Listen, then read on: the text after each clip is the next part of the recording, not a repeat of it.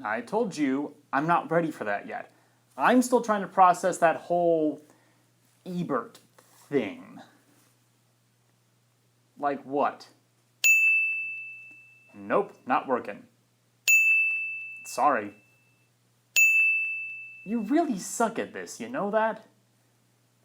Look, just roll the opening music. This could take a minute. Sorry, folks. No.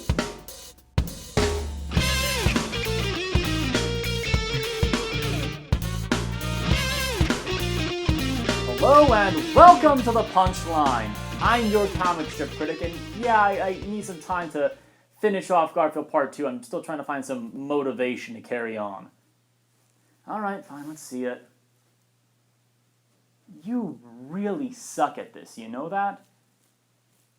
Oh, actually, yeah, that's a good idea. Let's talk about Zen Pencils today instead. That's nice. You can go away now. Okay, so, Zen Pencils.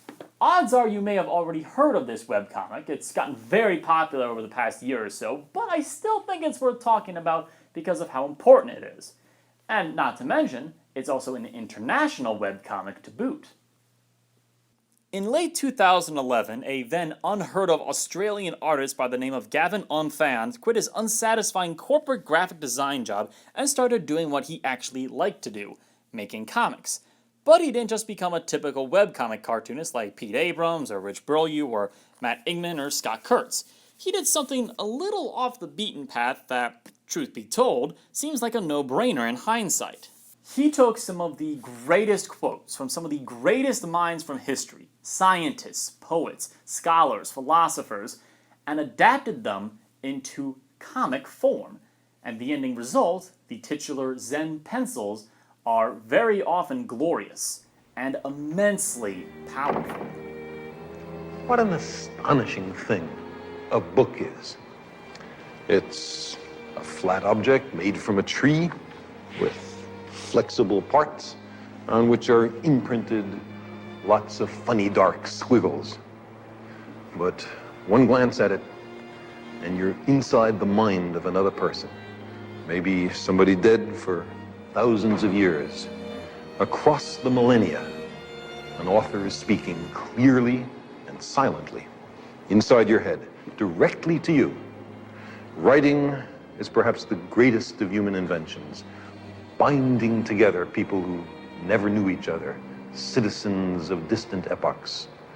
Books break the shackles of time. A book is proof that humans are capable of working magic. I admit this isn't one of my personal favorite Zen Pencils, but it is a very good indicator of Gavin's style of art. He has lots of color, an extraordinarily precise sense of pacing and timing, and fairly often injects the supernatural or otherworldly into his works. Like I said, this isn't one of my particularly favorite Zen Pencils, but there are a lot of times when Gavin just takes it and absolutely knocks it out of the park.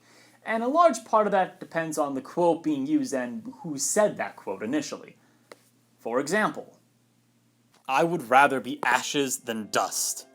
I would rather that my spark should burn out in a brilliant blaze than it should be stifled by dry rot.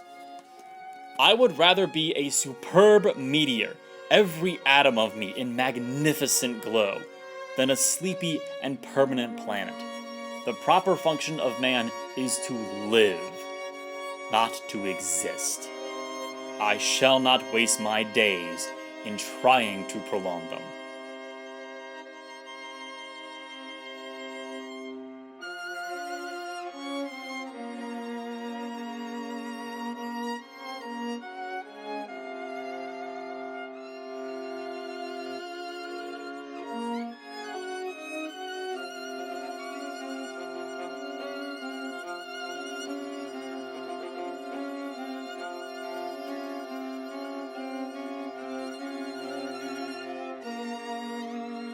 I shall use my time.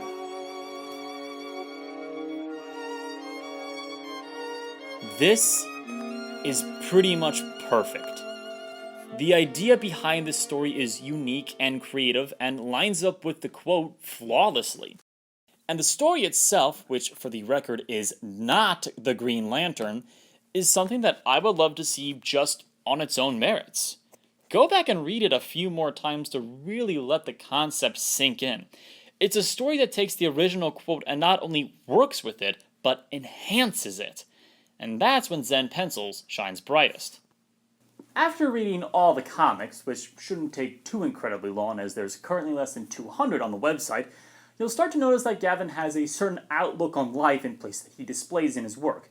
So here is a quick summary of the School of Unthan. Above all else, Gavin seems to value the artist over the businessman. That's not entirely fair. To be more precise, he values empathic people who help others and follow their dreams over those who are in business solely accumulating wealth for the sake of accumulating wealth. Take this famous quote, for example. Your Holiness, what surprises you most about humanity? Man. Because he sacrifices his health in order to make money. Then he sacrifices money to recuperate his health. And then he is so anxious about the future that he does not enjoy the present. The result being that he does not live in the present or the future. He lives as if he is never going to die. And then he dies, having never really lived. Gavin is super big on the idea of people chasing their dreams, which, considering his own life story, makes sense. And I know that a lot of people have to give up on their dreams to do something that might be a bit less desirable but a bit more practical, and so does Gavin. He's clarified as much on his blog post before. I understand that changing careers, following your dreams, and attempting to do what you love is a luxury and not a viable option for people struggling to pay rent, stay employed, and feed their family every week. Most of the world is pretty messed up economically, and promoting the whole do what you love mantra borders on being irresponsible. Please, I don't want you to risk poverty or the well-being of your family because you keep getting told to quit your job by websites like mine. But if you're one of those people who are lucky enough to be in a situation where the only thing holding you back is your own fear, then Gabriella's message totally applies to you. Gavin also seems, well, perhaps not altogether too fond of religion, or at least religion being used to hate and oppress other people. I'm guessing that it has to do with his upbringing in a Catholic school and religious extremism causing a lot of conflict in some areas of the world. He uses quotes from scientists like Carl Sagan and Albert Einstein and Richard Dawkins a fair bit, but sometimes takes a panel or even an entire strip to express some sort of dissatisfaction with organized religion. It's possible that Gavin doesn't talk about religion because he doesn't want to exclude anyone.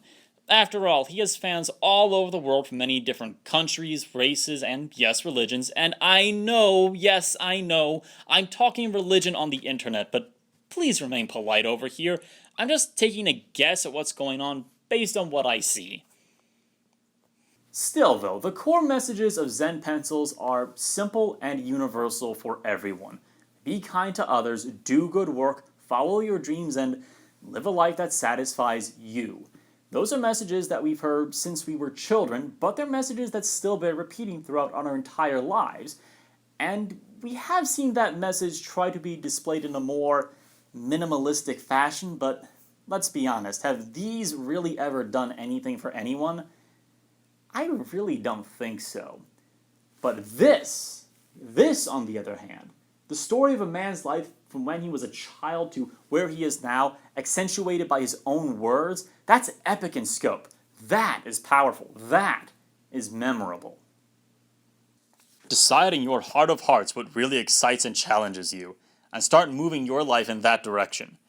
Every decision you make, from what you eat to what you do with your time tonight, turns you into who you are tomorrow and the day after that. Look at who you want to be and start sculpting yourself into that person. You may not get exactly where you thought you'd be, but you will be doing things that suit you in a profession you believe in.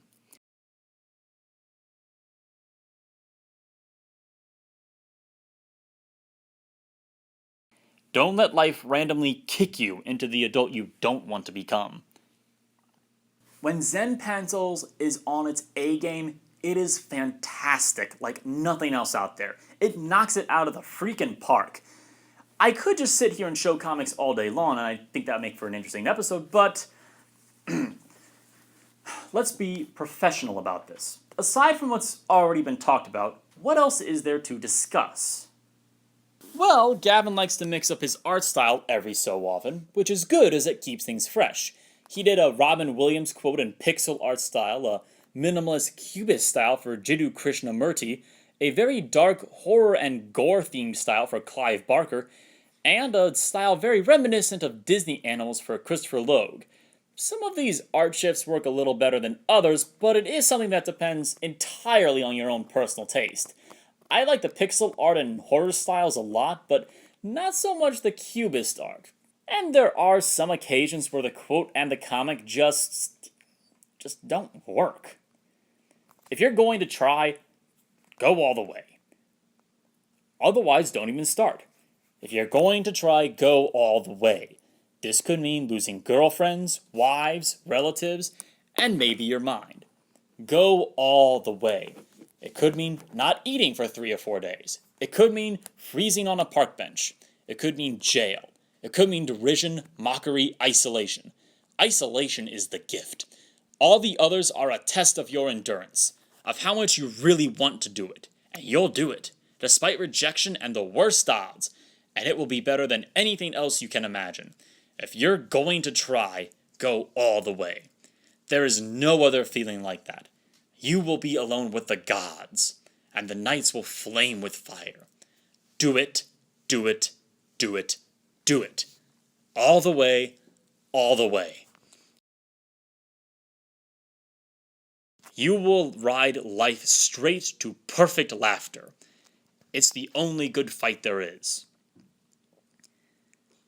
I just don't think that this one works as an inspiration at all in either the quote or the comic.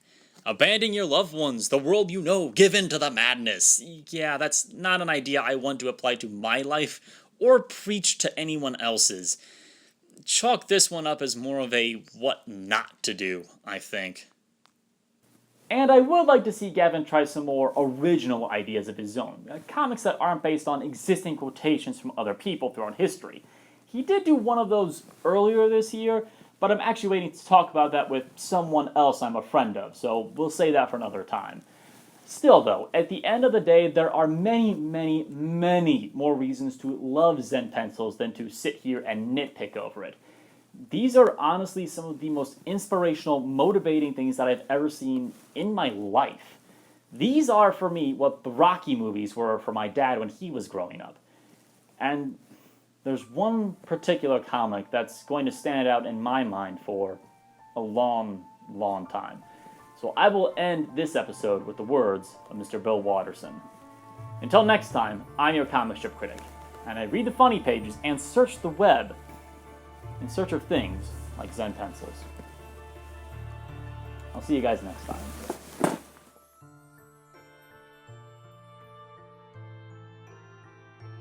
Creating a life that reflects your values and satisfies your soul is a rare achievement. In a culture that relentlessly promotes avarice and excess as the good life, a person happy doing his own work is usually considered an eccentric, if not a subversive. Ambition is only understood if it's to rise to the top of some imaginary ladder of success. Someone who takes an undemanding job because it affords him the time to pursue other interests and activities is considered a flake.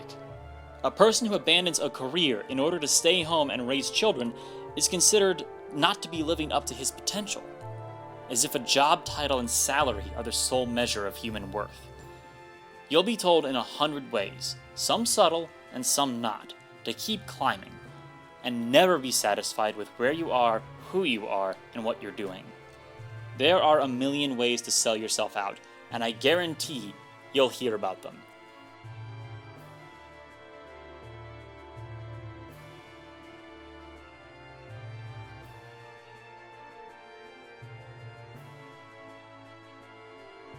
To invent your own life's meaning is not easy, but it's still allowed, and I think you'll be happier for the trouble.